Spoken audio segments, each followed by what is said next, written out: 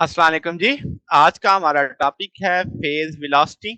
अब हम देखेंगे, लास्ट हमने पढ़ी ग्रुप वेलोसिटी। ग्रुप वेलोसिटी में हमने देखा था कि जो एक इन्वेलप बनता है वेव के ऊपर, उसे हमने ग्रुप वेलोसिटी का नाम दिया था। अब हम फेज वेलोसिटी देखने वाले हैं। Phase velocity of the light एक ऐसी वेलोसिटी को बोलेंगे जिसमें फेज फ्रंट जो होगा प्रोपोगेट करता है मीडियम से। ठीक है। अब इसका रिलेशन उसी तरह वेव नंबर और एंगुलर ऑप्टिकल फ्रीक्वेंसी से होगा ओमेगा से। इसे हम वीपी से जाहिर करेंगे, ओमेगा बाई के कहेंगे। ओमेगा यहाँ पे एंगुलर फ्रीक्वेंसी जो कि मेजर होती है रेडियन पर सेकंड में, और के वेव नंबर जो कि एक्सप्रेस होता है रेडियन पर मीटर में।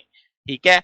तो आपके पास यूनिट इसके वेलोसिटी वाले ही बन जाते हैं, रेडियन रेडियन से कैंसिल हो जाता है, मीटर पर सेकंड वाले यूनिट आ जाते हैं। अब फेज वेलोसिटी को आम तौर पे हम प्लेन वेव के तौर पे कंसीडर करते हैं, क्योंकि आपके पास वो उसका जो फ्रंट होगा ना, वेव फ्रंट जो डी लीड कर रहा होगा जिस वेलोसिटी से, वही उसकी फेज वेलोसिटी होगी। तो जो वेव फ्रंट होता है वो मूव कर रहा होता है परपेंडिकुलर डायरेक्शन ऑफ ओरिएंटेशन। ठीक है। तो हम कहेंगे कि ये बिल्कुल ऐसी ही दिखेगी, यानी आपके पास जैसे वेव फ्रंट होता है फोकस लेजर बीम का। अच्छा, अब इस चीज को जरा एक्सप्लेन करते हैं, समझते हैं कि आपके पास लेट्स एक सिंपल केस लेते हैं, एक प्योर ट्रैवलिंग साइनोसाइडल वेव है जिसकी हम कहते हैं कि एक इमेज आपके पास एक रिजिड आपको प्रोफाइल दिख रही है और एक डॉटेड दिख रही है। तो आपके पास जो रिजिड प्रोफाइल है वो फिजिकली मूव कर रही है पॉजिटिव एक्स डायरेक्शन में। ठीक है।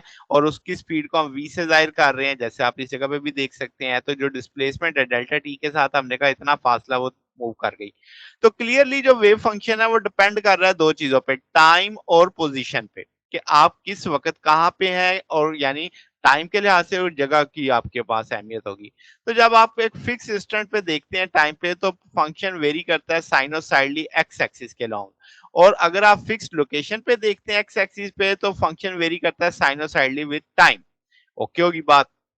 अगर हम कहें कि कंप्लीट साइकिल में जो वेव एसोसिएट होगी वो 2 पाई रेडियन लेगी, और एंगुलर फ्रीक्वेंसी जो होगी वो नंबर ऑफ रेडियन यानी पर यूनिट टाइम, जैसे मैं पहले बता के आऊँ किसी फिक्स पोजीशन पे, और के आपके नंबर ऑफ रेडियन पर डिस्टेंस यूनिट डिस्टेंस है।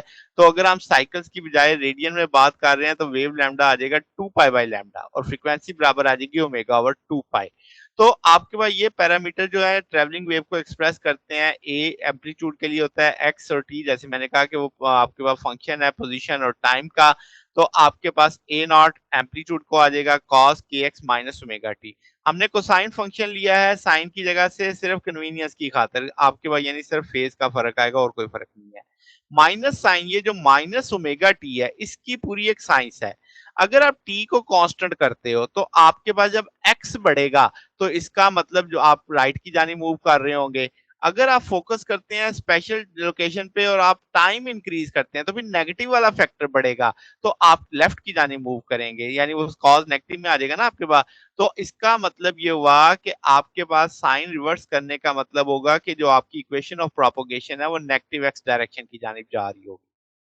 अच्छा, तो जो फंक्शन है ए एक्स टी, हम कहते हैं इसका फंडामेंटल सॉल्यूशन। अगर हम वेव इक्वेशन निकालने, हमने वेव्स एंड ऑसिलेशन में ये पढ़ी हुई है चीज।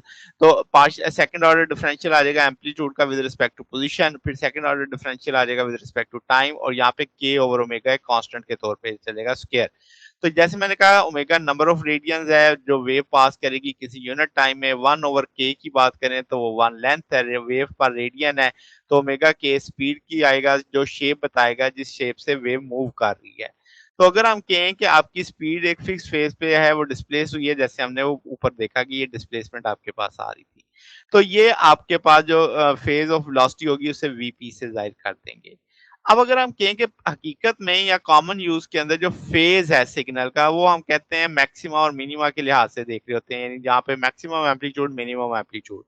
तो अगर हम कहें कि आप एक कंसीडर करते हैं दो सुपर इम्पोज साइन वेव्स हैं जिनकी स्लाइटली डिफरेंट फ्रीक्वेंसीज हैं और वेवलेंथ हैं, तो आप उनकी एम्पलीफिकेशन देख एम्पलीफाइड यानी करेंगे फंक्शन को, तो दोनों का जो सम आ जाएगा वो इस तौर पे लिखा जाएगा।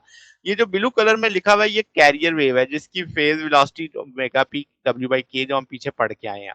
फिजिकल सिग्निफिकेंस देखें फेज वेलोसिटी की, तो आपके पास जो जनरल वेव है या जो वेव लाइक फिनोमेना होता है वो कैजुअल फ्लो किसी भी फिजिकल इफेक्ट का रिप्रेजेंट नहीं करता।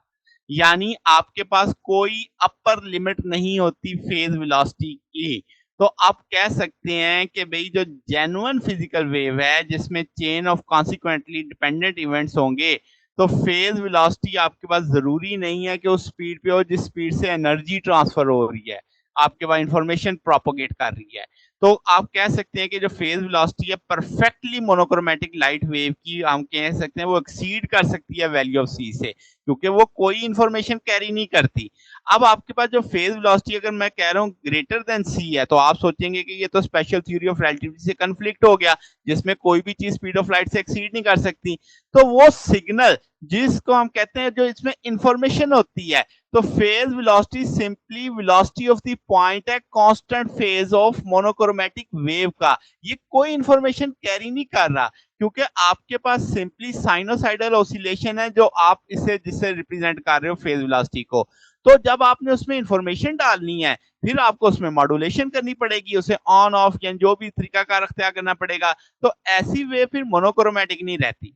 तो आपके पास जो परफेक्टली मोनोक्रोमेटिक लाइट वाला कंसेप्ट है ना, वो फ्री फोटॉन वाला आइडिया बनता है बेसिकली, जिसमें आपके पास कोई भी फिजिकल सिग्निफिकेंस नहीं होता उसका।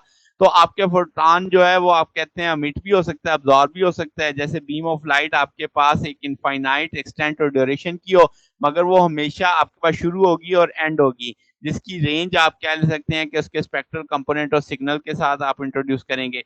तो कोई भी मॉड्यूलेशन जो प्रोपोगेट करेगी ग्रुप वेलोसिटी पे, वो आप कहेंगे डेसिपेटिव मीडिया पे, वो हमेशा लेस देन सी होगी, क्योंकि मॉड्यूलेशन होने से वो प्योर मोनोक्रोमेटिक नहीं रहेगी। तो फाइनल क्या निकली फिजिकल सिग्निफिकेंस? फिजिकल सिग्निफिकेंस हमें आइडियलाइज मोनोक्रोमेटिक वेव करेक्टर करके बताती है कि भाई वो आपके पास कैसा होगा, और जिसकी कोई भी बिगिनिंग नहीं होगी, कोई भी एंड नहीं होगा, और आप उसे रियलाइज नहीं कर सकते। तो ये हमारे पास आज का टॉपिक था। अगर आपको इसमें कोई बात पूछनी हो, डाउट हो, तो नीचे कमेंट्स में पूछ सकते हैं। वीडियो अच्छी लगी हो तो वीडियो को लाइक कीजिएगा, दोस्तों के साथ शेयर कीजिएगा, चैनल को सब्सक्राइब कर दीजिएगा। अब तक के लिए इतना ही, बाकी इंशाल्लाह फिर नेक्स्ट देखेंगे। ओके, अल्लाह हाफिज।